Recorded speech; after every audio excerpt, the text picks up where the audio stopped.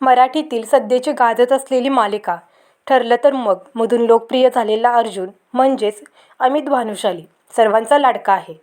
त्याचा कधी विनोदी कधी रोमॅन्टिक असा अभिनय प्रेक्षकांना खूप आवडतो.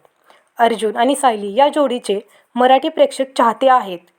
पण अमितच्या खऱ्या आयुष्यातही सायली कोण आणि त्याची लव्ह स्टोरी कशी सुरू झाली आहे माहिती आहे का? अमित भानुशाली 9 वर्षापूर्वीच श्रद्धासोबत लग्नबंधनात अडकला. त्याचं लव्ह मॅरेज झालं. विशेष म्हणजे श्रद्धा अमितची चाहती होती. डोंबिवली स्टेशनवर गुजराती मुलगा आणि मराठी मुलीच्या प्रेम कहाणीची सुरुवात झाली. एका मुलाखतीत दोघांनी आपली लव्ह स्टोरी कशी सुरू झाली ते सांगितलं. दोघांची पहिली भेट डोंबिवली स्टेशनवर झाली. दोघंही ट्रेनमध्ये चढले.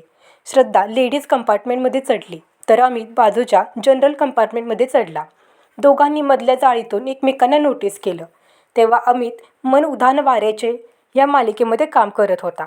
श्रद्धाने त्याला ओळखलं होतं. तिने घरी गेल्यावर त्याला सोशल मीडियावर शोधलं, पण तिला त्याचं खरं नाव माहीत नव्हतं. ती पुढे म्हणाली, शेवटी घरी सगळं जेवण वगैरे आवरून झाल्यावर रात्री 1 वाजता तिला त्याचं खरं नाव दिसलं.